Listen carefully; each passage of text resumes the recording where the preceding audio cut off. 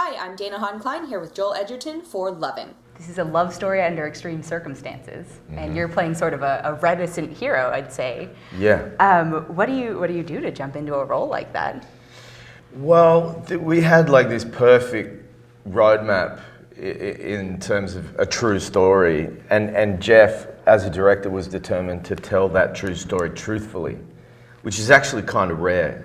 You know, Hollywood takes a true story, puts it through the filter of the movie machine, and then the gloss. Yeah, just kind of tunes it all up to make certain scenes or scenarios seem more dramatic. You know, and there was a real possibility with this story to do that, and Jeff felt like the true story was good enough. So we had archival footage of Richard and Mildred that allowed us to really find our way into the characterizations of them and to see what they were like as a couple, which was very important. And the whole story had been recently kind of depicted in a documentary by Nancy Bursky. So we had a lot to go on, and we had a great leader in our director, Jeff, who had written the screenplay as well. And it felt like all the information was there, and we didn't need to do anything else. If you'd had the opportunity, would you have wanted to meet with actual Richard Loving before? I mean, obviously he passed before, but as an actor, would you have wanted to sort of have that, or would that sort of put you into like, I don't want to caricaturize him? No, I think it would have been great. I've had experiences before. I did a movie, Black Mass, and you know, John Connolly, who I play, is still alive, but he's in prison, and there was a real disconnect with what the movie was saying against or versus what he believed, the true events of what he believed. So in that case, I would have said no. In this case, I would say yes. And I think, if anything, I'd be very curious to ask him about, there were so many times in the archival footage where you see him thinking and then he doesn't say anything. And the situation made him so silent, and the cameras made him so interminably shy and silent. But there was various reasons, I think, for why he thought many things but didn't say them. And I was very curious about that. And so we could only make that up for ourselves. But I would love to have met the two of them. I'd love to get in a time machine and go and see them at that time too.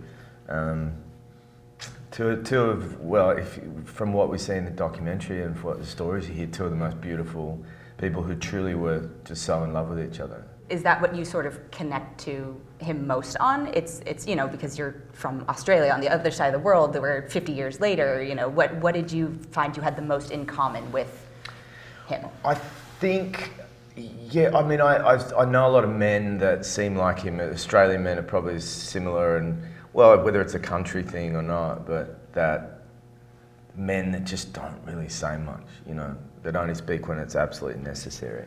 But I think I related to him as a family man, and I really related to, you know, I'll tell you what I really could see and relate to is his emasculation and his inability to feel, his ability to protect and provide for his family.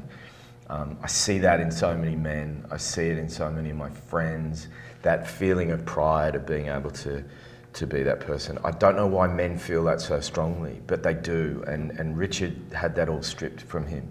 Ironically, it was handed back to him by his wife, because out of the two of them, and I think this poster kind of really sums it up, that she was the spine. Yeah. And the changing force of the couple. Yeah, I felt like Mildred really sort of drove the events forward, and maybe it's because, you know, visibly, like, she was going to be the one who probably would have been more affected, right? Like, there's that scene where it's like, yeah, you could divorce her and you could walk away, and yet he doesn't, which is, I think, speaks to them as a couple. And that was one of my favorite scenes, where you're just sort of like mulling it over, and then he goes home and like breaks down, and it was beautiful. Yeah, no, like, you know, I think you're right. She, you know, being African American, Rappahannock Indian, like, you know, having the brown skin, she was affected more so, I think, and was probably more at risk of any acts of violence that could have happened. And you know, think about the danger that was happening all around them in that period. Just south of the border, there was still a lot of lynchings going on.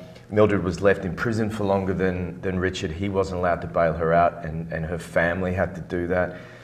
She was pregnant at the time of that first imprisonment. There's so much feeling like you know, the discrimination was there, and as Richard's friend points out later in the film, your thing is easy. All you have to do is divorce her, go back to just being a white guy, living your white life, and everything's fine. You know, she was the one that was willing to go outside the boundaries of their limitations and look for a way out. And I love that about her, you know, and it says a lot about love too, and support. The camaraderie of a relationship is it's two people, you know, two individuals that move together, and that makes them stronger and makes them bear down stronger than they would as individuals. Yeah, they could have taken the easy out at any point, and they didn't. And Yeah. people like me who wouldn't exist without laws like that, like, are grateful for it. You Right? know? And also I think we relate to them more because they're heroes that weren't trying to strap on the cape. They were sort of pushed into the room. They didn't kick the door down. And I think we can relate to them because one of the things I feel I really empathise for anyone who, say, you know, is in the midst of today's argument in Australia about same-sex marriage, which this film speaks very loudly to current events. I feel sorry for people who are just trying to live a private life, and yet because of their situations and the limitations by government, are forced to go out into a public arena and to march or make speeches. And it's like, you see the unwillingness for them to become public figures, and yet there's an urgency and a drive for them to do so because they do that in order that they can then go back to a private space and have the same rights as everybody else. And they shouldn't have to become public figures if they don't want to. Right, and it takes someone like a Richard Loving to, at one point, is like, hey, can we just, the judge can smooth it over for us, right? Like, we don't have to, can we just make this go away? Like, we won't bother anyone. Tell them we're not going to hurt But anybody. it's like, what do you do for every other, you know, every single couple or every group can't fight that way, and so. Yeah, and I have this sort of nice thought about, you know, when you're in life, wondering whether you should do this thing or a different thing, to imagine yourself in a movie and you're in the audience watching yourself on screen. You go, when I do that thing that I'm ethically unsure about, like, does that make me the villain of this movie or the hero of this movie?